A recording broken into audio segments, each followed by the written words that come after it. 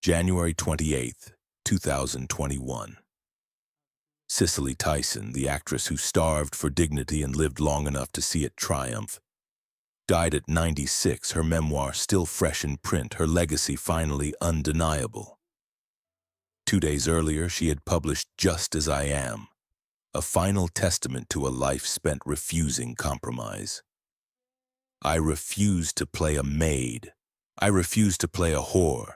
I refuse to play the stereotype, she had written, as if delivering her own eulogy for a career built on revolutionary refusal. The irony was devastating and perfect. The woman who had waited decades for Hollywood to catch up to her principles died just as the industry finally understood what she had been fighting for all along. She had lived to see Viola Davis call her spiritual mother, to witness black actresses winning Oscars for complex roles she had made possible, to watch a generation walk through doors she had forced open with her bare hands and uncompromising soul. But the cost of that victory was written in the lines of her face, in the decades of financial struggle, in the personal loneliness that came from choosing principle over prosperity. I was determined to alter the narrative of how black women were portrayed on screen, she had declared, even if it meant I would starve. And starve she nearly did, not from lack of talent, but from an abundance of integrity in an industry that preferred its black women silent, subservient, and safely stereotypical. The woman who said, "I wait for dignity," had waited her entire career, turning down roles that could have made her rich but would have made her complicit in her own diminishment. In death, as in life, she remained uncompromising, leaving behind not just a body of work, but a blueprint for how artists could serve as revolutionaries, how performance could become protest, how one person's refusal to bend could eventually make an entire industry bow. But how does a young girl from East Harlem become Hollywood's conscience? How does someone choose starvation over surrender, loneliness over lies?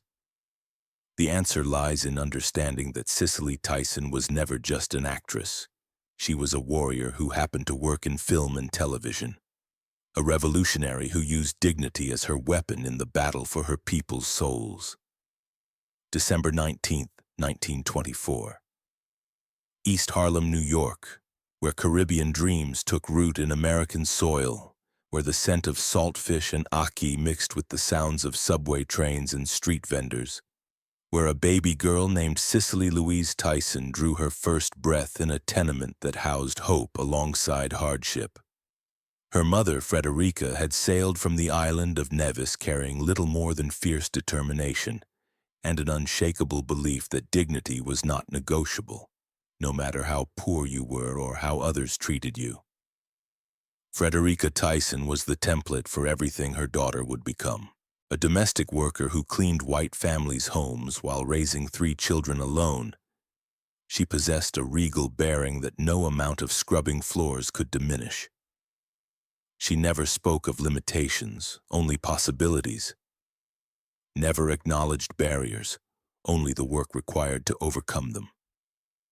"Hold your head high," she would tell young Cicely. "Nobody can make you small unless you let them." The lessons came not through lectures, but through observation. Cicely watched her mother maintain perfect posture while carrying laundry baskets, speak with cultured precision despite her Caribbean accent, dress like royalty even when wearing hand-me-down clothes. This was dignity as daily practice, grace as survival strategy, pride as form of resistance against a world that demanded black women accept their assigned place at the bottom of every hierarchy. Church was their sanctuary and their theater. At Bethel Gospel Assembly, Frederica and her children witnessed transformation every Sunday. Working-class Caribbean immigrants becoming prophets and queens, janitors and domestics speaking with the authority of biblical heroes. Young Cicely absorbed these lessons about presence, about how stillness could be more powerful than movement, how silence could command more attention than noise. But even as a child, Cicely displayed the principled stubbornness that would define her career. When teachers tried to track her into vocational programs rather than academic courses, she refused to accept their limitations. When classmates mocked her tall, angular frame and serious demeanor, she responded not with anger, but with increasing determination to prove that different was better than conventional. The girl who would later reject Hollywood stereotypes was already rejecting society's expectations about what young black women should accept. Her discovery of modeling came through chance. A photographer who saw something unusual in her striking features and regal bearing. The fashion industry of the 1950s was just beginning to acknowledge that beauty existed in more than one shade, and Cicely's angular elegance made her one of the first black models to find consistent work. But modeling taught her crucial lessons about how the entertainment industry viewed black women. Wanted for their exotic appeal but expected to remain silent, valued for their appearance but not their intelligence, celebrated for their uniqueness while being pressured to stay within acceptable limits. The modeling world of 1950s New York was a revelation and an education in the subtle mechanics of exploitation. Cicely worked for magazines like Ebony and Jet, publications that celebrated black beauty, but within carefully controlled parameters. She learned to pose with the grace her mother had taught her, but also discovered that her natural seriousness was considered too intense for fashion photography. Photographers constantly urged her to smile more, to appear more approachable, to soften the regal bearing that was her greatest asset. These early experiences with image control would prove prophetic. The same industry forces that wanted to modify her modeling persona would later pressure her to accept acting roles that required her to diminish herself for others' comfort. But even as a young model, Cicely displayed the analytical intelligence that would later inform her artistic choices. She studied how photographs were constructed, how lighting and positioning could suggest different narratives about black women's place in American society. Working with black photographers like Gordon Parks provided different lessons entirely. Parks understood that documenting black beauty was itself a political act, that every image was either reinforcing or challenging existing power structures. Under his direction, Cicely learned that her role extended beyond mere modeling. She was helping to create visual vocabulary for black dignity in an era when such images were rare in mainstream media. The transition to acting seemed natural. Both professions required transformation while maintaining authenticity. But acting offered something modeling couldn't: the opportunity to tell stories, to represent her people's experiences, to use performance as platform for something larger than personal advancement. This was where Cicely Tyson began to diverge from conventional wisdom about building entertainment careers. Her first acting classes at the Actors Studio brought her into contact with method acting techniques that emphasized emotional truth over theatrical artifice. The training proved perfect for someone who had spent her childhood observing authentic human behavior in her mother and grandmother, who understood that the most powerful performances came from connecting with genuine experience rather than manufactured emotion. But the classes also revealed the industry's expectations about black performers. While white students were encouraged to explore complex emotional territories, black students were often steered toward roles that emphasized either victimization or comic relief. The assumption was that black actors possessed natural ability for certain types of characters but lacked the training or intelligence for more sophisticated material. Cicely's response to these limitations was characteristic. She simply ignored them. When scene partners or instructors suggested she might be more suited for particular types of roles, she politely declined their advice while continuing to work on the material that challenged her most. This pattern of respectful defiance would characterize her entire career. Never confrontational, never angry, but absolutely unmovable when it came to her own artistic standards. Her first acting classes brought her into contact with other hopeful performers, but she quickly developed criteria that separated her from her contemporaries. While others took whatever roles were offered, she began refusing parts that reduced black women to familiar stereotypes. The maid roles that provided steady income for many black actresses were automatically rejected. The hypersexualized characters that exploited black women's bodies for white audiences' entertainment were non-negotiable. The early television work that sustained her during these formative years was itself a form of education. Shows like The Nurses and The Defenders tackled social issues with unusual directness for early 1960s television, and Cicely's small roles often involved portraying characters dealing with racial discrimination or social injustice. These parts allowed her to develop her approach to playing characters who faced oppression without becoming defined by it. Working in live television also taught her invaluable lessons about preparation and professionalism. Unlike film, where scenes could be reshot multiple times, television drama required actors to deliver complete, nuanced performances in single takes. The discipline this required, the absolute necessity of being thoroughly prepared and emotionally available in the moment, became fundamental to her approach to all future work. More importantly, these early television appearances demonstrated that she could bring extraordinary depth to even minor characters. Directors began requesting her specifically because they knew she would elevate whatever material she was given, that her presence would add gravitas and authenticity to stories that might otherwise feel artificial or exploitative. The cost became apparent immediately. While peers built filmographies and bank accounts, Cicely's resume remained sparse, her finances precarious. Casting directors labeled her difficult and too serious, industry code for uppity and ungrateful. But she had made a decision that would define everything that followed. Better to work rarely with dignity than constantly without it. I refused, she would say, and that refusal became both her motto and her method. Each rejection of demeaning roles was an act of revolution, each turned-down paycheck a down payment on a different kind of career. The industry wanted black performers who understood their place and stayed in it. Cicely Tyson was determined to expand what that place could be. The breakthrough came slowly, through television work that showcased her ability to find humanity in characters others might have treated as social problems. Her appearances on shows like East Side, West Side demonstrated something revolutionary. She refused to play victims, finding instead strength and agency in roles that lesser actresses might have approached with pity or condescension. But television success only made her film career more frustrating. The roles offered remained the same: maids, addicts, one-dimensional supporting characters that reduced complex human beings to comfortable categories.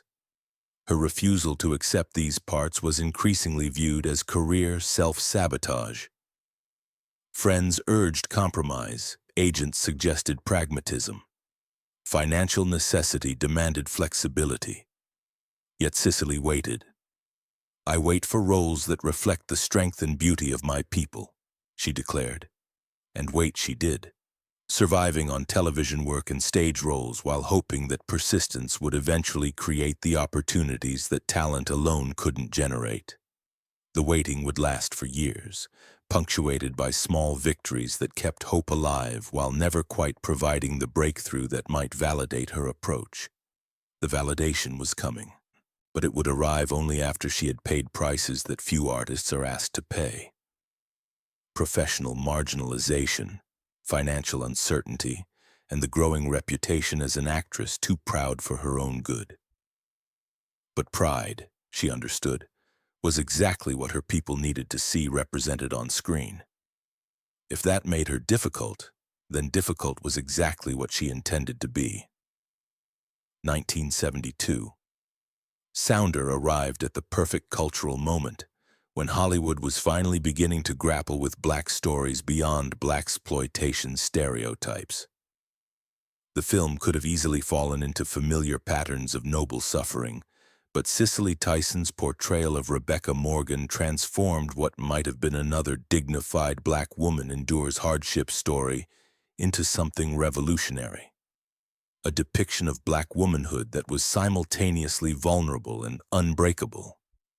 The script had initially been offered to other established actresses, but Cicely's reputation for bringing extraordinary depth to even minor roles made her director Martin Ritt's preferred choice.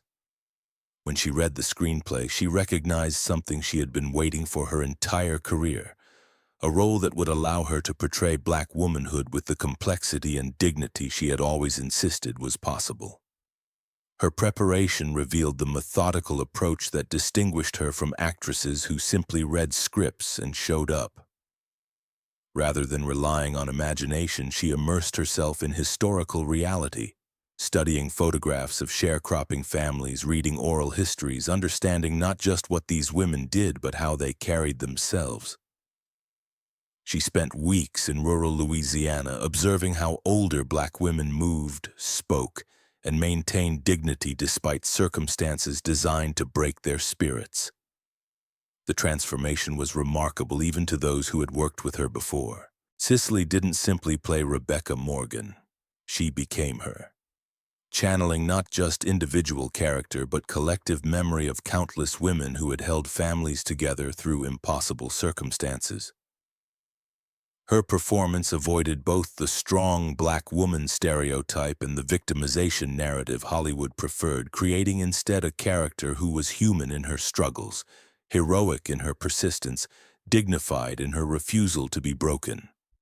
The famous scene where Rebecca Morgan confronts the sheriff who has arrested her husband became a masterclass in screen acting. Rather than playing the moment with rage or desperation, Cicely chose quiet strength, allowing the character's dignity to speak louder than words. The power of the performance came not from what she did, but from what she refused to do. She refused to make Rebecca pitiable, refused to make her anger more important than her intelligence, refused to sacrifice complexity for emotional impact. The Academy Award nomination that followed was historic, the first for a black woman in nearly 4 decades.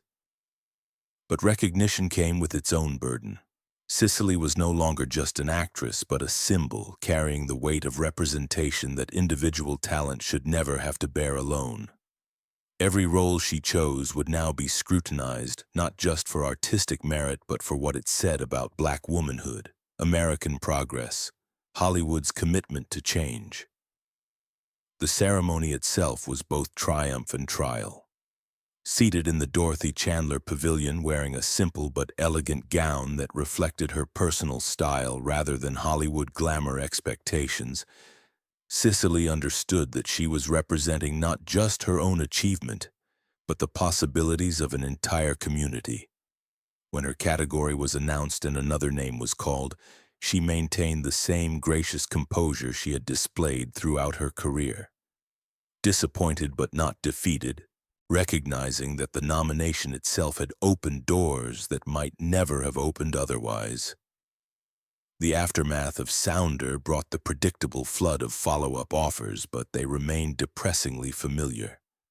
More maids, more victims, more one-dimensional characters that would have reduced her Oscar-nominated talent to comfortable categories. Her continued refusal to accept these roles was now viewed as ingratitude rather than integrity. "She's too picky," industry insiders whispered. "She doesn't understand how lucky she is." But luck, as Cicely understood it, would have been the opportunity to build a career without having to choose between working and maintaining her dignity. The luck she experienced was different. The chance to prove that audiences would respond to authentic black characters when they were written and portrayed with genuine respect. That proof would come sooner than expected, in a television movie that would cement her legacy and validate every principle she had maintained throughout her career. The autobiography of Miss Jane Pittman, 1974, provided that proof in overwhelming measure. The television movie, based on Ernest J. Gaines' novel, asked her to age from teenager to 110-year-old woman, to embody not just one character but an entire historical experience, to carry the weight of representing generations of Black women whose stories had been ignored or distorted by mainstream media. The challenges were staggering from both technical and emotional perspectives. The role required her to master different mannerisms for different age periods to understand how historical events would have affected someone living through them, to find ways to suggest the accumulation of experience without relying on makeup alone to convey the passage of time. But the greatest challenge was spiritual, honoring the memory of women who had survived unimaginable hardships while maintaining their humanity. Her preparation was exhaustive and deeply personal. She spent months interviewing elderly Black women in rural communities, learning not just their stories but their ways of moving, thinking, surviving. She studied historical photographs and documents from different periods, understanding how clothing, social expectations, and survival strategies had evolved over time. Most importantly, she approached each phase of Jane Pittman's life as if it were a separate character study, finding distinct qualities for each age while maintaining the essential core of the woman's identity. The makeup and prosthetics required for the aging process were revolutionary for their time, but Cicely understood that technology alone couldn't create a believable performance. She worked with makeup artists to develop not just the appearance of age, but the physical reality. How an elderly woman would hold her head, how arthritis might affect her movement, how years of hard work would show in her posture and gestures. The performance that emerged was unlike anything television audiences had ever witnessed. From the young slave girl who defiantly chooses her own name, Jane Brown, not Tyson, to the elderly woman who finally drinks from the whites-only water fountain, every moment carried the weight of authentic experience. The famous final scene where 110-year-old Jane walks slowly toward that forbidden fountain while a crowd of white observers grows increasingly hostile, became one of the most powerful images in television history.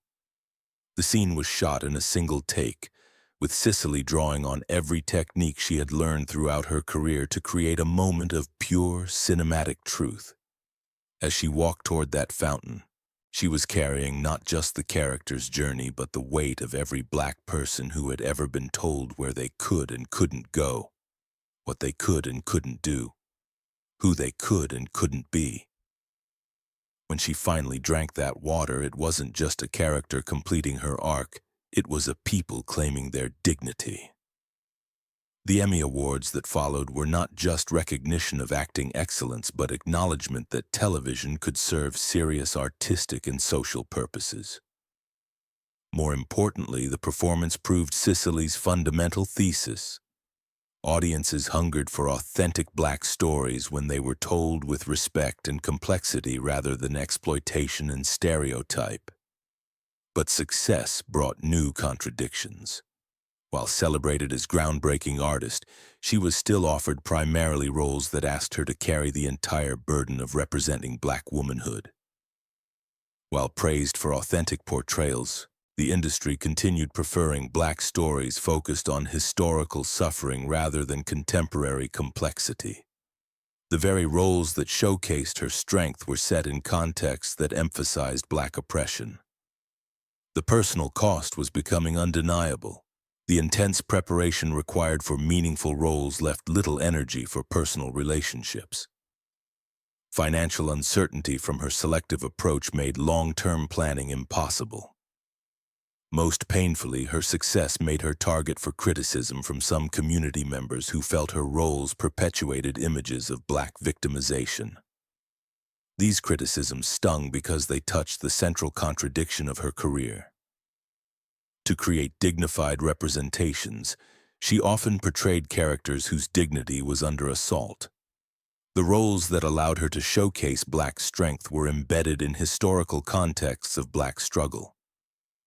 Yet she remained committed to her vision, continuing to wait for contemporary stories that would reflect the full complexity of Black experience.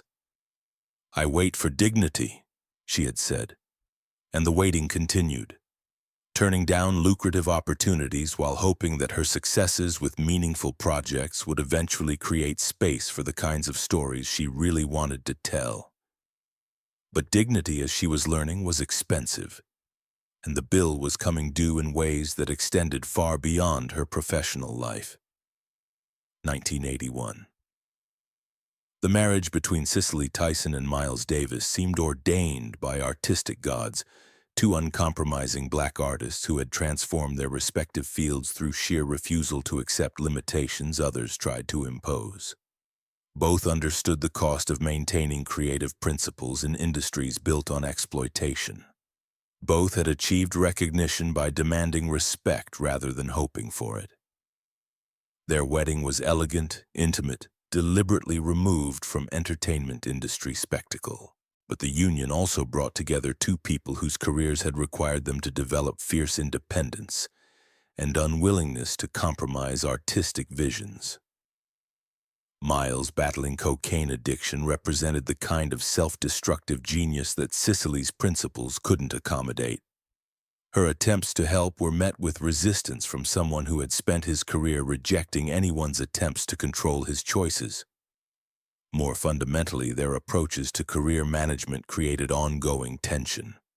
Miles was willing to work within systems he despised if it advanced his artistic goals. Cicely continued refusing roles that didn't meet her standards regardless of consequences. He couldn't understand turning down opportunities over minor compromises. She couldn't comprehend working with people and institutions she claimed to despise. The breakdown wasn't just about personal incompatibility, but philosophical differences about how black artists should navigate predominantly white industries. Miles believed in strategic compromise. Cicely insisted on absolute integrity.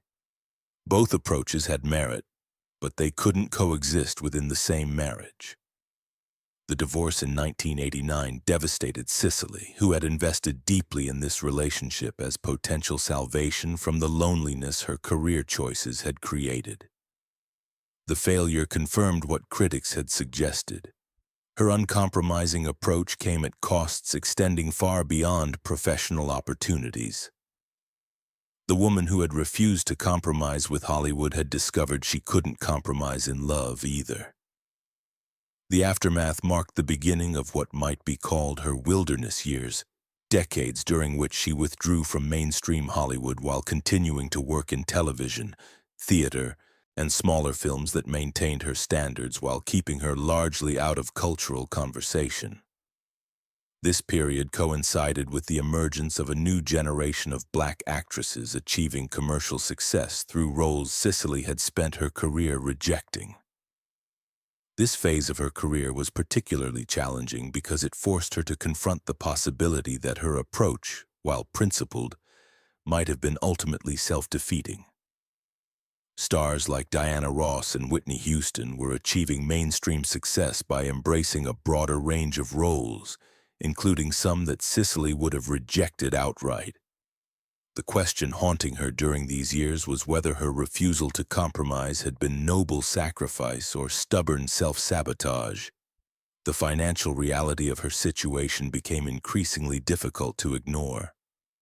While her contemporaries from the 1970s were building retirement security through consistent work, Cicely's selective approach had left her with limited savings and uncertain prospects.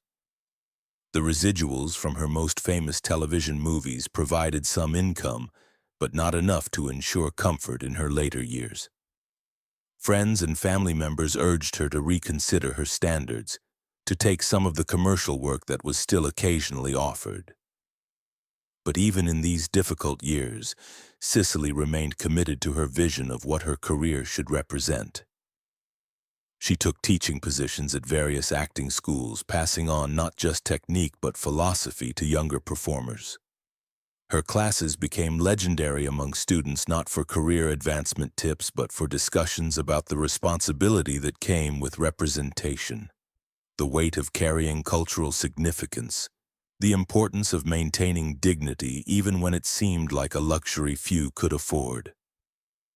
During this period, she also began writing more extensively in private journals, documents that would later be incorporated into her memoir. These writings revealed someone grappling with profound questions about the costs of integrity, the loneliness of leadership, the challenge of maintaining hope when vindication seemed increasingly unlikely. Yet even in her most difficult moments, she never expressed regret about the choices she had made. The 1990s brought a different kind of recognition as academic institutions began studying her career within the context of American cultural history. Film schools started teaching her performances as examples of how acting could serve social justice causes, while women's studies programs examined her career as a case study in the particular challenges facing Black women in entertainment. This scholarly attention didn't translate into immediate career opportunities, but it did validate her approach in ways that industry recognition had not. The temptation to reconsider her approach must have been enormous. She was past 60, financial security remained uncertain, and the industry seemed to be moving beyond the kinds of roles that had defined her career. Yet she continued waiting, continued turning down opportunities that didn't meet her criteria, continued believing her approach would ultimately be vindicated. The vindication came slowly, through younger filmmakers and performers who had grown up understanding her cultural significance. Directors like Spike Lee sought her out for roles that honored her legacy. Actresses like Angela Bassett publicly acknowledged her influence. But recognition was accompanied by the realization that time was becoming her enemy in ways that principle and talent couldn't overcome. Tyler Perry's emergence as a filmmaker created new opportunities for older Black actors, and he specifically sought out Cicely for roles in films like Diary of a Mad Black Woman. Working with Perry presented its own challenges. His films operated within commercial frameworks that sometimes conflicted with her artistic sensibilities, but they also provided opportunities to reach audiences who might not have been familiar with her earlier work. These later roles allowed her to demonstrate that she remained a compelling screen presence even in her 70s and 80s. Her appearances in Perry's films, while sometimes in projects that critics dismissed as commercial rather than artistic, proved that her charisma and screen authority had not diminished with age. More importantly, they introduced her to younger audiences who then sought out her earlier, more acclaimed work. By the 2000s, Cicely Tyson was recognized as a pioneer whose sacrifices had created opportunities for others, but she was increasingly isolated from the industry she had spent her career trying to change. The woman who had insisted on dignity above all else was discovering that dignity alone might not be sufficient for a fulfilling life. The irony of her later career was that as she gained recognition as a trailblazer and icon, she found fewer opportunities to actually practice her craft. The industry that had once rejected her for being too difficult now celebrated her as a historic figure, but historic figures, by definition, belong to the past rather than the present.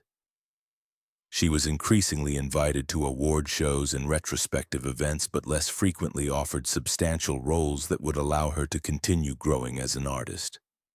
The new millennium brought different kinds of recognition as younger artists actively sought ways to honor her contributions while creating opportunities for her to work. The Honorary Academy Award in 2018 represented both triumph and tragedy. Triumph because it finally acknowledged her contributions, tragedy because it came at 93, after her choices had already cost her so much. The ceremony itself was a study in contrast that seemed to encapsulate her entire career. Seated in the Dolby Theater, surrounded by Hollywood's current elite, Cicely represented both complete vindication and profound isolation. The standing ovation that greeted her was genuine and sustained, but it also highlighted how long the industry had taken to acknowledge what many had recognized decades earlier. The young stars applauding her success had built their careers on foundations she had laid, yet most had never experienced the kind of systematic rejection and financial uncertainty that had defined her journey. Her acceptance speech was characteristically gracious but also pointed.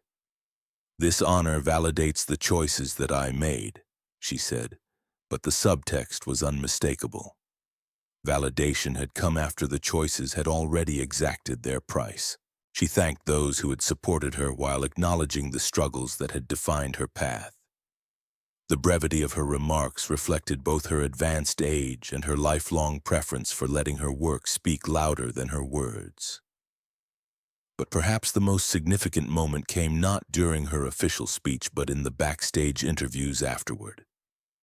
When asked about advice for young actors, her response revealed the complexity of her legacy. "I hope they won't have to choose between dignity and prosperity the way I did. But if they do, I hope they'll remember that dignity lasts longer than money." The comment captured both her satisfaction with her choices and her recognition that those choices had come at enormous personal cost. The months following her Oscar triumph brought a flurry of retrospective attention. Film festivals organized tributes to her work. Television networks aired her classic performances, and critics began reassessing her career within the broader context of American cultural history. But Cicely herself seemed more interested in looking forward than backward. At 93, she was still writing, still considering new projects, still refusing to accept that age should limit her artistic ambitions. Her final memoir, Just As I Am, published just days before her death, revealed the full cost of uncompromising principles. She wrote honestly about loneliness that characterized her later years, regrets about personal relationships sacrificed for professional integrity, ongoing financial insecurity that shadowed even her most successful periods. But she remained unrepentant. "I was determined to alter the narrative of how Black women were portrayed on screen, even if it meant I would starve." The book's timing felt prophetic, as if she had understood that her time was limited and wanted to ensure that her story would be told in her own words, rather than through others' interpretations. The memoir revealed aspects of her personality and experience that had rarely been visible during her public career. Her sense of humor, her deep spirituality, her moments of doubt about the path she had chosen. But it also confirmed what those who knew her best had always understood. She had lived according to principles that never wavered, regardless of the personal cost. The writing process itself had been therapeutic, allowing her to process experiences that she had rarely discussed publicly during her active career. She wrote about the specific roles she had turned down and why, the financial pressures that had sometimes made those decisions excruciating, the moments when she had questioned whether her approach was sustainable or wise. But she also documented the satisfaction that came from maintaining integrity, the pride she felt in the characters she had created, the deep fulfillment that resulted from knowing she had used her platform responsibly. Most revelatory were her reflections on what success meant to someone who had defined it so differently from industry norms. While others measured success through box office receipts and award counts, she had measured it through cultural impact and personal satisfaction with choices made. By her own metrics, she had been extraordinarily successful, even if that success had often been invisible to those who judged careers through conventional standards. The timing of her death felt both perfect and cruel. She lived to see movements like #Oscars. So white validate concerns she had raised for decades, to witness success of films like Black Panther that proved audiences hungered for authentic Black storytelling. But she died knowing that much of her career had been spent in wilderness, maintaining principles that seemed quixotic until they were suddenly proven prophetic. The cultural moment of her death was significant in ways that extended beyond the entertainment industry. America was grappling with renewed conversations about racial justice following the protests of 2020. And Cicely's story provided a powerful example of how individual acts of resistance could contribute to broader social change. Her refusal to accept demeaning roles hadn't just been personal choice, but political statement, demonstrating how artists could use their platforms to challenge systemic oppression. The Black Lives Matter movement had created new appreciation for the kinds of sacrifices earlier generations had made to expand possibilities for contemporary activism. Young protesters marching for justice understood that their ability to demand dignity and respect had been made possible by people like Cicely, who had insisted on those same principles decades earlier when the costs were even higher and the support even more limited. Her death also coincided with increasing recognition of how gender and race intersected to create particular challenges for Black women in entertainment. The term intersectionality, coined by legal scholar Kimberly Crenshaw, provided vocabulary for understanding what Cicely had experienced throughout her career. Discrimination that was both racial and gendered, creating unique obstacles that neither Black men nor white women faced in quite the same way. The outpouring of tribute revealed the true scope of her influence.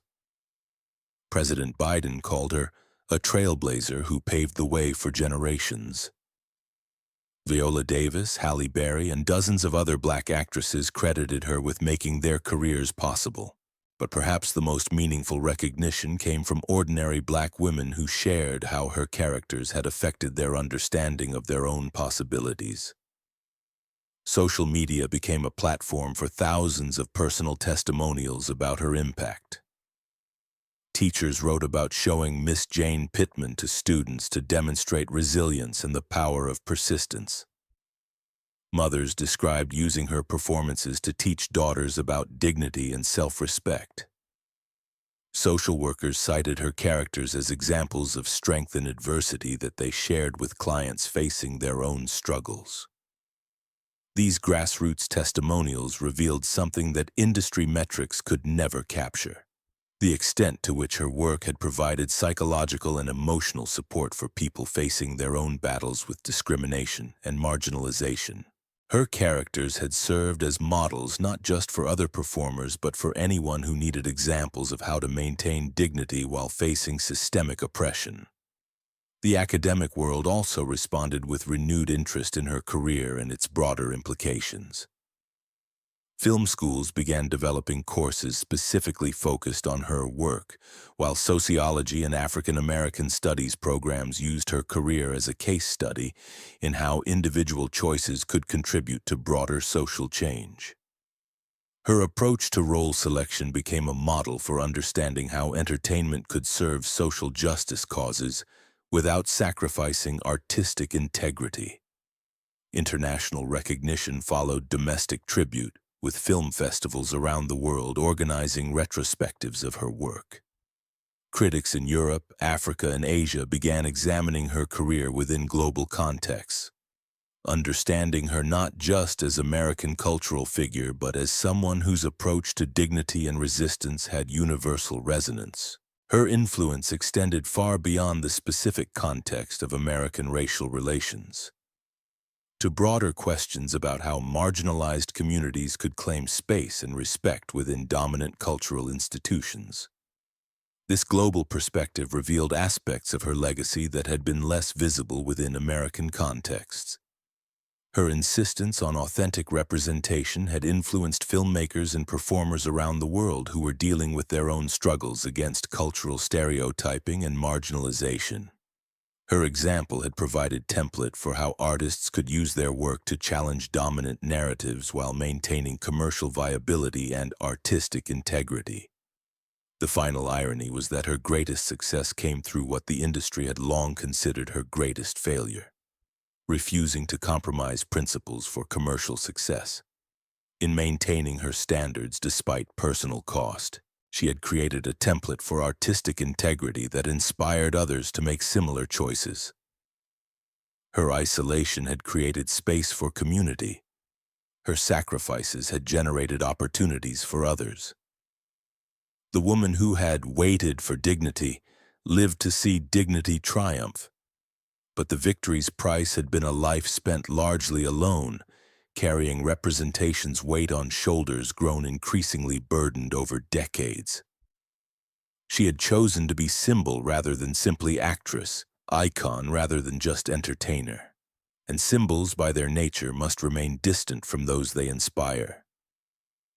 Today, when young black actresses face choices between lucrative stereotypes and authentic but challenging roles, they carry the example of someone who chose dignity over dollars and discovered that dignity, while costly, was ultimately priceless. Cicely Tyson's life proved that light, no matter how long it takes to arrive, always conquers darkness. And sometimes the most important victories require the greatest sacrifices. The girl from East Harlem who became Hollywood's conscience had written her final chapter. But the story she helped author continues unfolding in every performance, every role, every choice made by artists who understand that entertainment can be enlightenment, that acting can be activism, that sometimes the most important thing an artist can do is simply refuse to participate in their own diminishment. That refusal, costly as it was for Cicely Tyson personally, became the foundation upon which future generations built careers honoring both artistic excellence and cultural responsibility. In choosing the harder path, she made easier paths possible for others. In accepting loneliness, she created community. In waiting for dignity, she ensured that dignity would eventually arrive for all.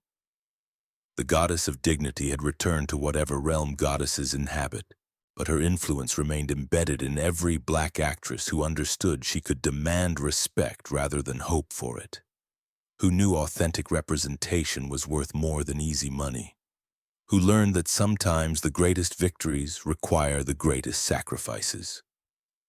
"I refused," she had said, and that refusal echoed across generations, not as limitation but as liberation, not as stubbornness but as strength, not as career suicide, but as cultural resurrection.